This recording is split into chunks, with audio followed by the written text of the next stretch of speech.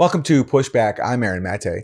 A new documentary film goes inside Puerto Rico's struggle against converging crises, Washington-imposed neoliberal austerity, and the devastation of Hurricane Maria. The film is called Drills of Liberation.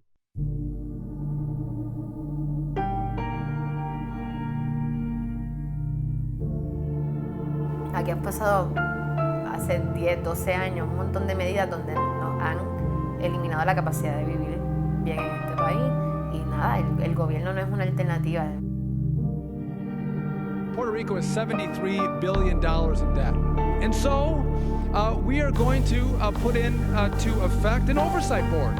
Right-sizing the government is necessary because it's not affordable. Nosotros entendemos que tenemos la autoridad y si no es así, es mejor saberlo desde ya. El gobierno de Puerto Rico, en lugar de estimular una auditoría, lo que ha hecho es encubrir a estos individuos y premiarlos.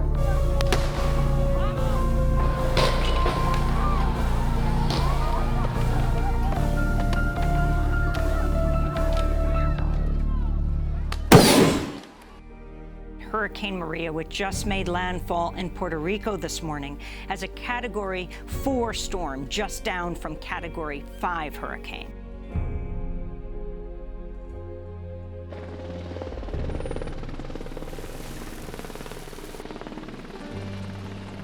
We are dying here. Vamos a maximizar los recursos porque a veces se nos queda gente sin comer. Es una porción pequeña. Queremos dar más, pero no podemos. Pensamos que la mejor manera de girar la dinámica en otra dirección es contribuyendo a que la población esté mejor. Que tienen que ser la población afectada por el colonialismo la que en última instancia resista el colonialismo. Now, I hate to tell you, Puerto Rico, but you've thrown our budget a little out of whack.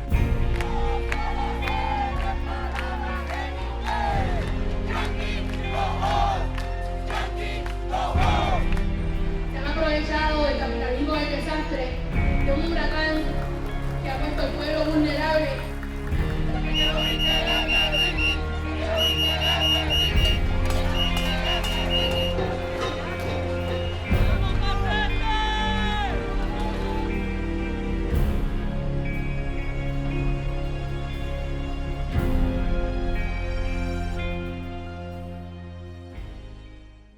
Joining me now is Juan Carlos Dávila, the filmmaker behind Drills of Liberation. Juan Carlos, thank you for joining me. Thank you so much for having me on your show, Aaron. So let me ask you to talk about what Puerto Rico has been dealing with and how your film explores it. Yeah, Aaron. So really what is happening right now in Puerto Rico, perhaps in the last 5 to 4 years, is the consolidation of the colonial forces in Puerto Rico. Perhaps what before this entire debate about whether Puerto Rico was a United States territory or whether Puerto Rico is a Commonwealth of the United States, it has been clear that Puerto Rico is nothing more than a colony of the United States, and the 2016 Promesa bill shows that, because it just shows how the United States, with just a signature, is able to take over all of the decision making of Puerto Ricans. Puerto Ricans, since 1952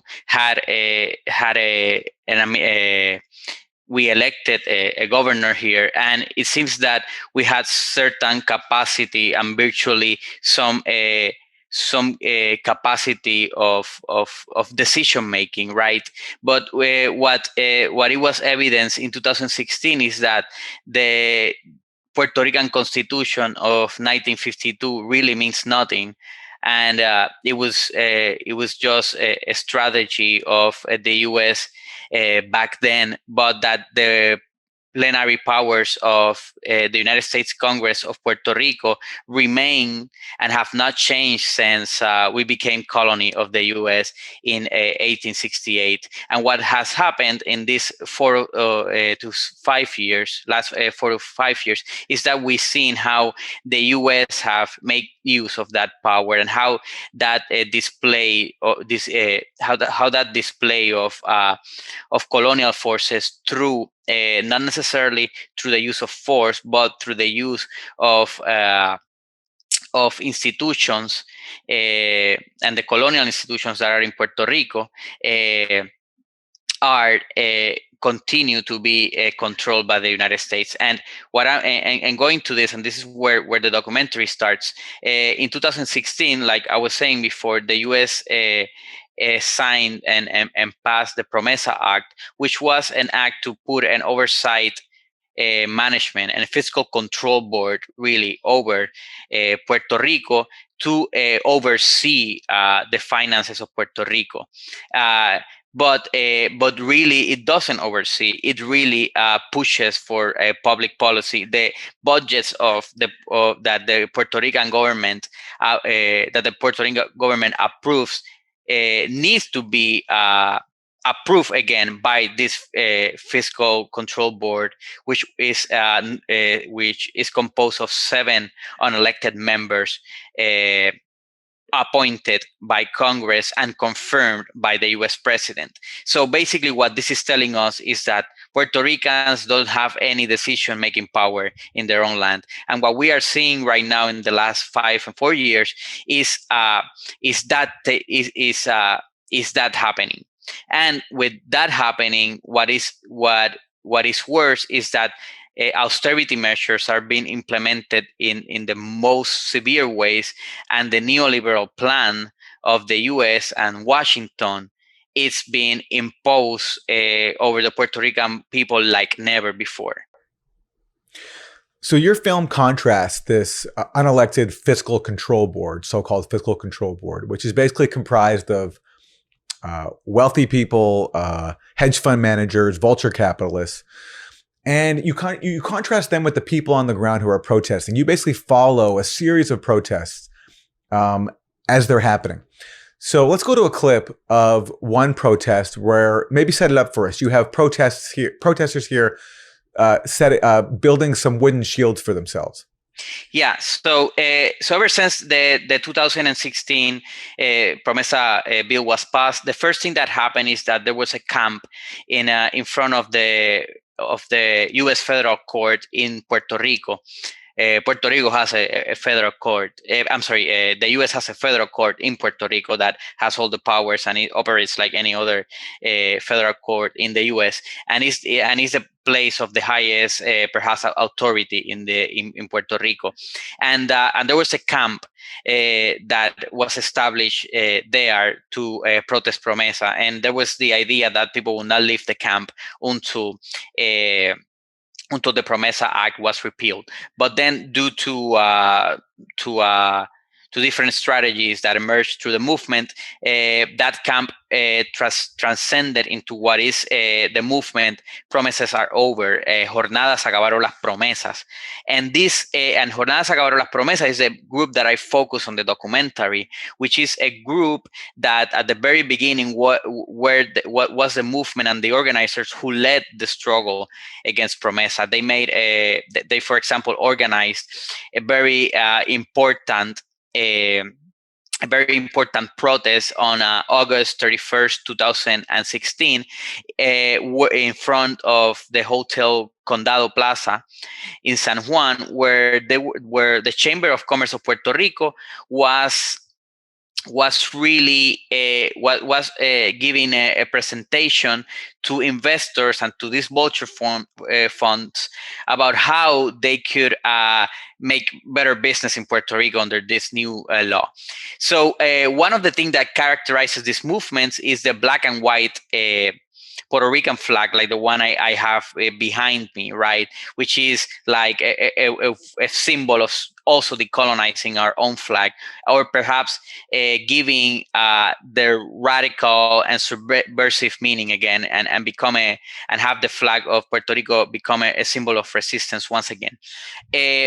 And this clip that we're going to be seeing is some of these organizers of this movement preparing wooden shields with the black and white Puerto Rican flags, the wooden shields that they use when to protect themselves from the police that constantly attacks them in these protests against Promesa.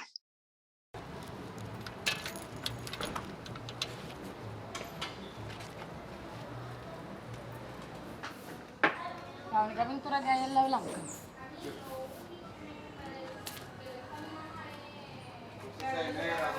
O roja, ¿no?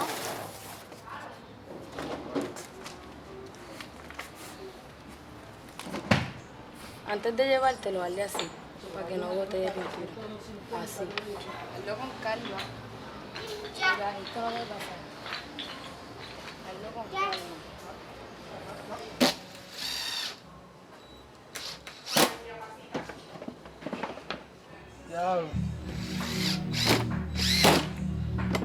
Hoy fue material todavía me falta.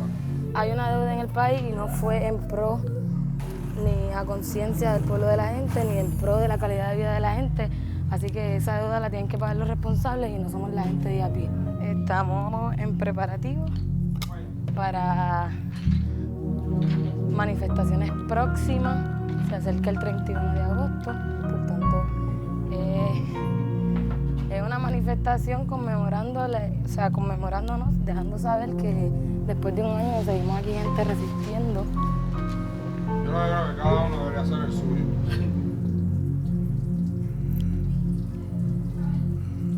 That's a clip from the film Drills of Liberation. So Juan Carlos, it's interesting. If people have heard of Puerto Rico in the news in the last few years, most people probably will have remembered the massive protests that ousted the governor, Ricky Rosselló. But what most people probably don't know is that mass protests have been continuing for many, many years and over a wide range of issues, including neoliberal austerity, as you show in your film, and also things like the electricity crisis. The damage to Puerto Rico's power grid was extensive. And now you have a Canadian company, Canadian-American company named Luma, given a huge contract to handle the grid.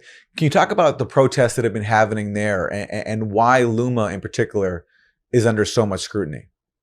Thank you for mentioning that, because first, Puerto Ricans have been protesting, since 2016. There have been resistance in Puerto Rico. I mean, Puerto Rico has been resisting ever since colonization, but we have seen rebirth, perhaps, of movements and of protesting in the streets in the last 4 to 5 years, which is the period that my documentary covers. And against neoliberalism in many forms, right? Doesn't necessarily has to be specifically against Promesa, but it's still all of this is still connected to that, even though it's not directly. And the Ricky Renuncia was perhaps a consolidation of all of that. Ricky Renuncia did not came out of nowhere, but Ricky Renuncia came out of, and this is something I've been saying, came out of years and years of people being protesting, and perhaps and also what went on during the last 4 years. And I say that if it wasn't for example, the student movement that went on strike in 2017, if it wasn't for movement like Jornada Se Acabaron las Promesas movement, if it wasn't for the feminist movement and the Colectiva Feminista en Construcción and other efforts that were in the streets throughout these years, the path would not have been laid out for Ricky Renuncia to happen later on, which obviously was massive. But now the people, the young people of Puerto Rico, having that memory that they have a significant victory, that they have been able to to demand and achieve the resignation of a governor. And in this sense, people right now understand that the power is in the streets. And right now we are this continues with a new adjustment plan that is being proposed by the board, and also it continues through the protests against Fluma, which is this energy company that you're mentioning. The electrical company of Puerto Rico, which was public, was recently privatized, and this company Luma was the one that entered, and you would see like here that definitely the shock doctrine, like Naomi Klein describes in practice. The administrators of the colony, the local elite, the governors, the politicians, had made sure that the public electrical system does not function in Puerto Rico, and they have made sure that it collapsed. And after Hurricane Maria, the system became even more fragile. So it gave them the support from the people at that moment, or not the support, but people to not necessarily go and defend their public company when the deals started happening, right? When those negotiations of privatization started happening. But now people have realized that the privatization doesn't work, that the system is even more fragile than when it was a public system. And people are again starting to take into the streets. There have been one of the first protests again was organized by Jornadas Acabaron las Promesas. Promises are over. One of the first big protests against Luma, where they shut down one of the main highways. In one morning, one of the main highways where people enter to San Juan, the capital city. And then later, other protests have formed recently. About 2 weeks ago, or 3 weeks ago, there was also a massive march to demand the cancellation of this contract. So people are understanding that privatization doesn't work, that the system is actually more fragile, and it's even worse now because there's no people that really are holding accountability for that, right? And in that sense, people are starting to organize and take into the streets, demanding the repeal and the cancellation of that contract. And let's talk about the school system as well. Right now, there's also a huge protest movement going on at the University of Puerto Rico. Thousands of student protesters challenging austerity in a new measure that would cut, tens of millions of dollars from education in the university system in Puerto Rico. Yeah, so what is happening right now at the university is that this fiscal control board has proposed a new adjustment plan. And this adjustment plan is a plan that they propose to get more money from the government to be able to pay bondholders. My documentary explains, this debt is imposed over the Puerto Rican people, and this is a debt that is owed to Wall Street bondholders that really have seen Puerto Rico as a cash cow. And really, right now, what is going on is that with these new adjustment plans, the Fiscal Control Board is with this debt that has been created and fabricated to put our people in debt. Now, what the Fiscal Control Board is doing is that they're ensuring that debt is paid, but they're not really getting ensured that the debt is paid. As you know, they're making sure that we continue paying the debt, right? And in order to do that, they are cutting funding from many public institutions, right? And you would see how the services, for example, in the health department, the education department, the natural resources department, how every time you need to you need something from any of those agencies. There's way less personnel and there's way less resources, and this is really costing us. But the one that is really getting hit the worst is really the University of Puerto Rico. The public University of Puerto Rico is the one that they are slashing without any consideration, and it is, you can see a very clear intention of destroying the university, and in that sense destroying the access to public education in Puerto Rico. And that's why the students are protesting. It's difficult right now for the students because throughout these cuts and the lack of resources of the university itself has lost a lot of enrollment, and a lot of students, new students are going into the private universities, and what that shows is how that agenda is being implemented of really privatizing. And I have no doubt that really the final goal of all of this is privatizing entirely the public education system of Puerto Rico. And students are out there protesting right now. I believe in some way or the other they had made 72 hour strikes at perhaps maybe all the campuses, which are 11 campuses. At least some form of strike they have already made. But at this moment where you're making this interview, the two major campuses, which is Mayagüez and Rio Piedras, are on an indefinite strike until the demands of the students are met, which obviously include more resources to the university, stop cutting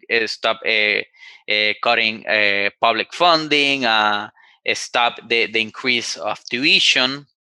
And right now, and obviously this changes every day depending of the meetings that the students have inside the university while they're on strike. But right now, the two major universities in Puerto Rico are on strike, and students are meeting because they need to strike in order for them to have also the time to meet and organize. And this is something that is also comes. I pay attention to it in the documentary Drills of Liberation, Simulacros de Liberación. And perhaps this struggle right now of 2021, it is also that continuation of that strike of 2017 that began, and the students never were able to fulfill or achieve achieve their demands, which was the repeal of Promesa, and was also the auditing of Puerto Rico's debt, because it is important that people understand that we are also being asked to pay for a debt that we don't know what the debt is about, right? So that even makes it worse, because we are a colony, so we should not be assuming any debt. But to make matters worse, the debt that is imposed to us is not even justified. So the students have been demanding, well, if you're going to cut funding, show us, at least audit that going on. Right. And was of the first strike, and this is the continuation of that. Right, and that was a promise of Joe Biden and Kamala Harris as part of their platform for Puerto Rico, right? That they were committed to an audit of Puerto Rico's debt, but that hasn't happened yet. Yeah, I mean, I think the Democratic Party, I mean, they really don't fulfill any promise. And I think that's why that party is in the crisis that it is right now. Is going to continue to be, because they don't really execute. I'm sorry, the Democratic Party doesn't really execute, and the same thing that is happening in the U.S. mainland is the same thing that is happening in Puerto Rico, and obviously this is the reason why the Democrats are going to keep losing power and continue driving the U.S. to the extreme right. It's their fault. And this is another example of the Democrats doing their job badly. So continuing on the topic of education, let's set up this next clip. You have, in your film, you talk about how a lot of elementary schools and high schools have been shut down and sort of students forced to pack in together to massive classrooms, basically to as a cost saving measure. But it means a lot of whole schools shutting down. Can you set up this next clip for us? Yeah, so throughout this, this attack of public education that I have mainly focused on higher education on the university, also transcends to public schools, from kindergarten to 12th grade, right? And particularly through in 2018, after the hurricane, there was the biggest school closures in Puerto Rico, and is another way of the Fiscal Control Board reducing the budget of the public education department in order to have money to pay Wall Street bondholders, right? So again, the education is the other, in all levels is getting slashed in order to give all this money to Wall Street banks. And what we are going to be seeing in this scene is a kindergarten teacher that her school, where she has been teaching for 26 years, is being closed. And she's going to be displaced to another school. De vuelta a la zona metropolitana, regresé a Dorado, al barrio Mameyal, donde justo antes del inicio de clases, el Departamento de Educación ordenó el desalojo de la escuela Luis Muñoz Rivera y reubicó sus estudiantes en la escuela Jacinto López Martínez. Estoy canalizando fondos federales para aumentar su salario de otra manera, voluntariamente si ellos quieren. Lo que estoy haciendo con de no despedir a nadie, lo que no entiendo es que ¿por qué tenemos que pelear? Estoy haciendo todo lo que está a mi alcance para velar por sus intereses y lo hago porque es correcto. Juana Maimí será una de las maestras desplazadas este otoño de 2018. Este era el salón de kinder, tiene hasta sus baños y el salón de kinder de la otra escuela no tiene baños. So let me ask you about how people are fighting back and just dealing with the disasters that they face in Puerto Rico. A big theme of your film is mutual aid, how communities come together to support each other in times of crises. You were on the ground immediately in the aftermath of Hurricane Maria, and you saw how the different institutions, support networks that sprung up to provide for people the basic necessities that they need, especially in the face of a government, including a U.S. federal government that was just not there for the people. Can you talk about the reporting that you did on that front and what mutual aid has come to mean in Puerto Rico in the aftermath of Hurricane Maria? Yeah, I think like in many places in the U.S., after a disaster hits, mutual aid has been the alternative. And we've seen it in New York, for example. We've seen it after Hurricane Sandy. We are seeing it in Florida also after the hurricanes. There's the group Smile Trust, for example, over there that coordinates all these mutual aid efforts after a hurricane happens. And also happens in many places in the Caribbean. So Puerto Rico is not different in that sense. But what we are seeing, is that difference in the sense that this is what communities of color needs to do, because when a disaster happens, you get the people of color, Black people, brown people are the ones that are left off, and really the federal government, the agencies, as it happened in Katrina, as it happened in New York, as it has happened in Florida, and all the other places where it is the communities of all and Black people that just get the short end of the stick. And I think after Hurricane Maria, what the only thing that helped the Puerto Ricans survive was mutual aid. And And mutual aid could have come in many forms, and in some ways, what I focus are in the most organized forms of mutual aid, and in the forms where mutual aid is a political project. For example, I focus in the centers of mutual aid, which is a movement that grows from the popular kitchens at the University of Puerto Rico, which was a project developed to attend the necessity of students who didn't have food to eat, right? So you're seeing that how this is also a continuation of that precarity, that students, cannot be students, and the students could starve while they are studying at the university. And this was one effort to try to address that, and it was through for example that platform that this platform got reproduced after Hurricane Maria, and a network of mutual aid centers was built, which I think is what is very, very interesting in Puerto Rico. I think what is very unique about the process in Puerto Rico is that network of mutual aid that was built after Hurricane Maria. And also, just evidences how, we are a black country. Puerto Rico is a black country, and the Caribbean is the blackest region in the hemisphere. So you will see how is also very clear the aspect that we're black and brown people, and that's why the U.S. federal government doesn't really respond the same way that it doesn't respond in black and brown neighborhoods in the U.S.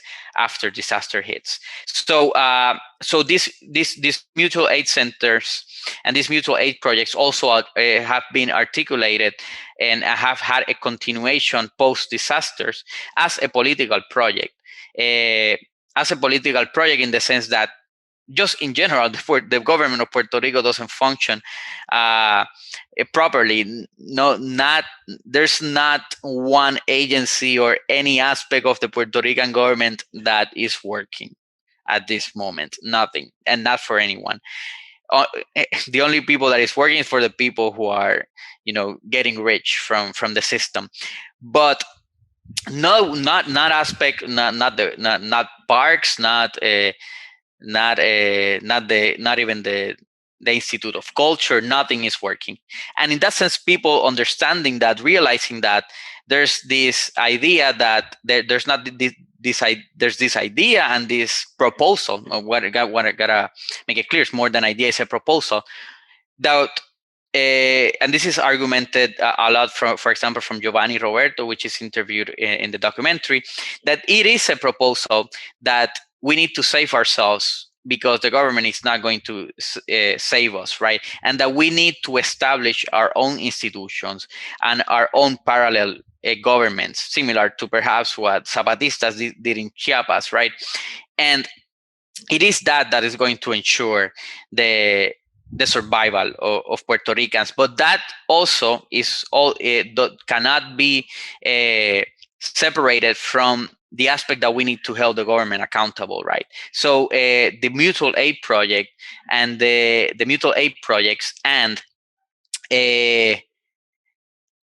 protesting in the streets and continuing demanding to the government to assume the responsibility need to go hand in hand. And this and that is some of what is happening in Puerto Rico, and that is what is being discussed and developed by many organizers, having that developing autonomy in the communities, developing perhaps this small type of governance in the communities in order to survive, but at the same time continuing the struggle at a national level in order to continue demanding the government at large and to continue fighting colonialism. So it is at the same time, that we need to develop this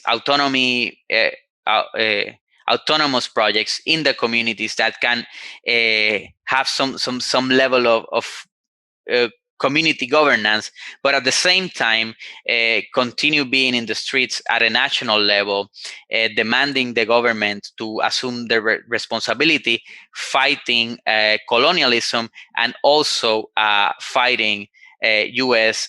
oppression over Puerto Rican people. As we wrap, if you could tell us how to see the film, how to support the film, and any other closing words that you want to leave us with about what Puerto Rico is facing today. So thank you for that question. The film is going to be opening in theaters in Puerto Rico on November 25th, and it's still touring around some festivals in the United States. The next festival that is going to be shown at is the International Puerto Rican Heritage Film Festival, which happens in New York, and the film is going to be screening the night of November 12th. The best way to support the film really is consuming it once once we have it out there, right? We're planning to release it, to stream the film. We're still trying to find the right platform to do it, but really to see the film and buy the film. And one of the things here, this is very important, is that we are not operating with. This film was done from the movement. We don't operate with any large grants. So the film is also an experiment of how to make a self-sustaining project of media in Puerto Rico. And in that sense, we're trying to also develop our own independence, and in that way, practice that independence that we want from the United States. Also, practice the independence in micro levels. So the practice of this film is, is for us to be really to self-sustain our project, and since we're working with heavy political stuff, don't need to rely on philanthropy, don't need to rely on large grants, don't need to rely, and obviously we're not going to take corporate money, and neither government money. So I think the best way is supporting our independence. Follow us in social media. So in Simulacros de Liberación, or social media are actually in Spanish with the title of the film in Spanish, Simulacros de Liberación, to keep up to date to our events, our fundraising calls. But what I say is the most direct, once the film is out there, please buy it. Please buy it because that helps support our project. And obviously, buying it for those who have the capacity, because what we also do is trying to make the film as accessible as possible, and make free screenings and give the movie for free. But for those who can buy the film, please buy the film and support this project. The film is called Drills of Liberation. Juan Carlos Dávila, journalist, documentary filmmaker. Thank you very much for joining me. Thank you for having me, Aaron, here.